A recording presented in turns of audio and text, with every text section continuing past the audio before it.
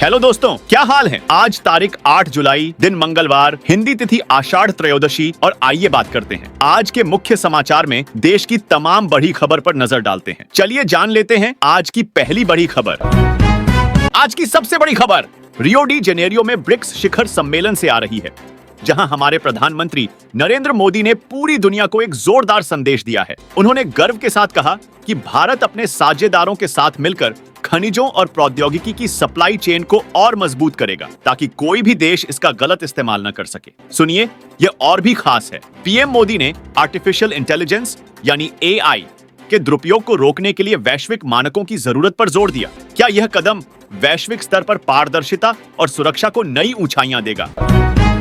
अब एक चौंकाने वाली खबर। संयुक्त राष्ट्र महासभा में अफगानिस्तान की स्थिति पर एक प्रस्ताव पारित हुआ, लेकिन भारत ने वोट देने से दूरी बना ली। हैरानी की बात, भारतीय राजदूत ने साफ साफ कहा कि सिर्फ सजा देने की नीति से काम नहीं चलेगा। उनका कहना है कि अफगान लोगों के लिए कुछ नया और ठोस करना होगा। भारत ने जोर देकर कहा कि मानवाधिकारों की रक्षा, अंतर्राष्ट्रीय कानूनों का पालन और आतंकवाद के खिलाफ सख्त कदम उठाने की जरूरत है। क्या यह भारत की कूटनीति का नया रुख है? आपको क्या लगता है? ऑपरेशन सिंदूर ने भारतीय हथियारों की धमक पूरी दुनिया में फैला दी है। सुनिए, यह गजब है। भारत अब 80 देशों को सैन्य उपकरण और सामान बेच रहा है। अमेरिका, फ्रांस और आर्मेनिया जैसे देश सबसे बड़े खरीदार हैं। और रुकिए, ब्राजील से भी जल्द अच्छी खबर आने वाली है। लगता है भारतीय हथियारों की डिमांड अब आसमान छू रही है। क्या भारत वैश्विक हथियार बाजार में नया बादशाह बनने जा रहा है?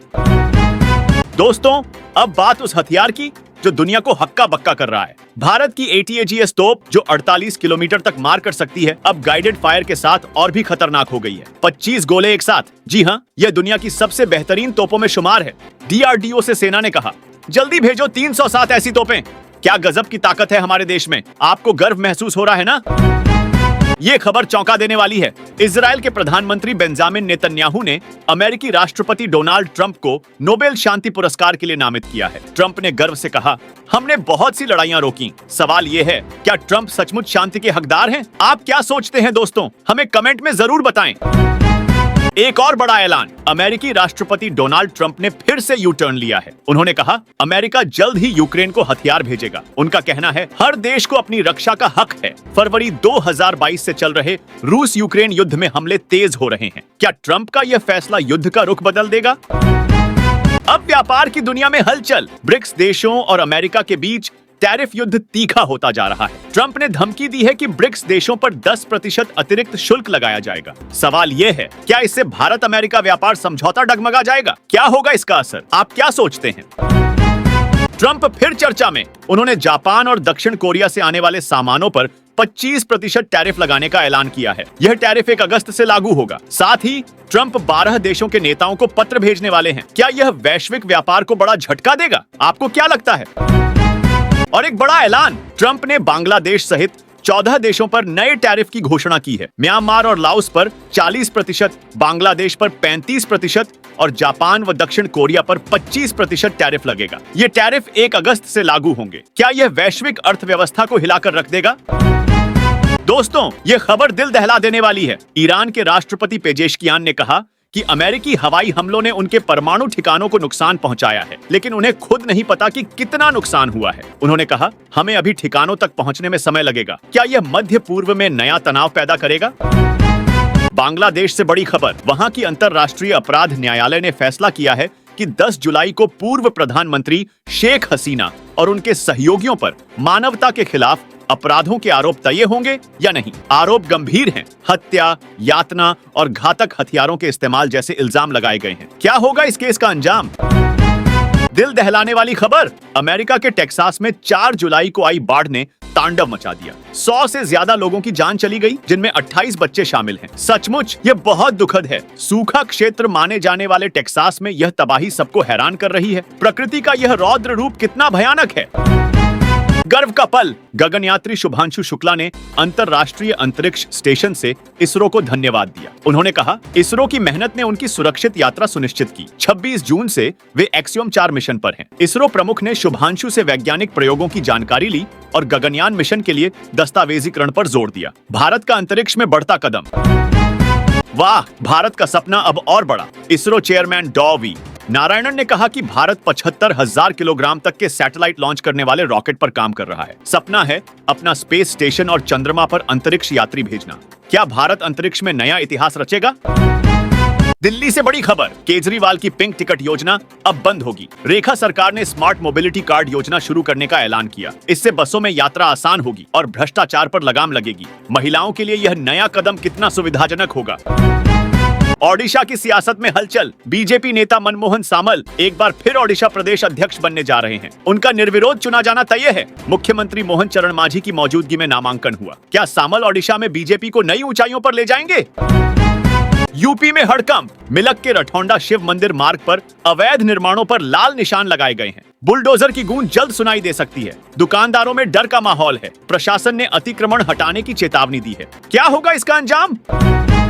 उत्तर प्रदेश से बड़ी खबर, मुख्यमंत्री योगी आदित्यनाथ ने कांवड़ यात्रा की तैयारियों का जायजा लिया। उन्होंने सख्त लहजे में कहा, यात्रा को अपवित्र करने वालों पर कड़ी कार्रवाई होगी। श्रद्धालुओं की सुविधा पहली प्राथमिकता। क्या इस बार कांवड़ यात्रा होगी और सुरक्षित?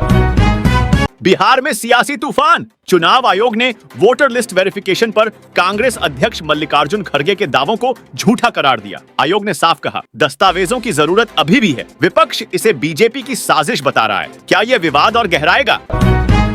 दिल दहला देने वाली खबर, दिल्ली लखनऊ हाईवे पर गजरौला में एक हादसे में हेड कांस्टेबल जवाद और उनकी पत्नी की मौत हो गई। मुहर्रम की छुट्टी के बाद ड्यूटी पर लौट रहे थे। उनकी कार एक ट्रक से टकराई। उनके 2 बच्चे घायल हैं, जिनमें एक की हालत नाजुक है। कितना दुखद है यह हादसा। पटना से राहत की खबर, उद्योगपति गोपाल खेमका हत्याकांड में पुलिस ने शूटर को गिरफ्तार कर लिया है। 4 संदिग्ध भी हिरासत में। एसआईटी सीसीटीवी फुटेज और जमीन विवाद की जांच में जुटी है। क्या अब इस केस की गुत्थी पूरी तरह सुलझ जाएगी? बिहार से दिल दहलाने वाली खबर, पूर्णिया में डायन के आरोप में एक परिवार के 5 लोगों की पीट कर हत्या कर दी गई। हैरानी की बात, 250 गांव वालों के शामिल होने की बात सामने आई है। पुलिस ने तांत्रिक नकुल उराम समेत 3 लोगों को गिरफ्तार किया है। एसआईटी की छापेमारी जारी है। क्या अंधविश्वास की यह आग और भड़केगी? मंडी से दुखद खबर, जंजैहली में बादल फटने से भारी तबाही मची है। खूबसूरत नजारे अब खंडहर में बदल गए। 5 मंजिला इमारत ढह गई, सड़कें नष्ट हो गई। लोग राहत शिविरों में शरण ले रहे हैं। प्रकृति का यह कहर कितना भयानक है। मौसम की ताजा खबर, बंगाल की खाड़ी से आ रही तबाही मुंबई तक कोहराम मचा सकती है। आईएमडी ने अलर्ट जारी किया। छत्तीसगढ़, मध्य प्रदेश और ओडिशा में भारी बारिश की चेतावनी। दिल्ली में मानसून का मिजाज बदल रहा है। क्या आप तैयार हैं इस बारिश के लिए? भागलपुर के लिए खुशखबरी, वंदे भारत ट्रेन अब सुबह 7:20 पर हावड़ा के लिए रवाना होगी। व्यापारियों के लिए यह वरदान, दिन भर काम कर रात तक लौट सकेंगे। अमृत भारत ट्रेन भी जल्द शुरू होगी। क्या यह रेलवे का नया क्रांति कदम है? रेलवे के लिए चिंता की बात, अंबाला में चेन पुलिंग की घटनाओं से हर बार 10,000 रुपए का नुकसान हो रहा है। अधिकारी परेशान, मामूली कारणों से चेन खींची जा रही है। आरपीएफ ने कई लोगों को पकड़ा, लेकिन नुकसान की भरपाई मुश्किल है। क्या लोग अब जागरूक होंगे?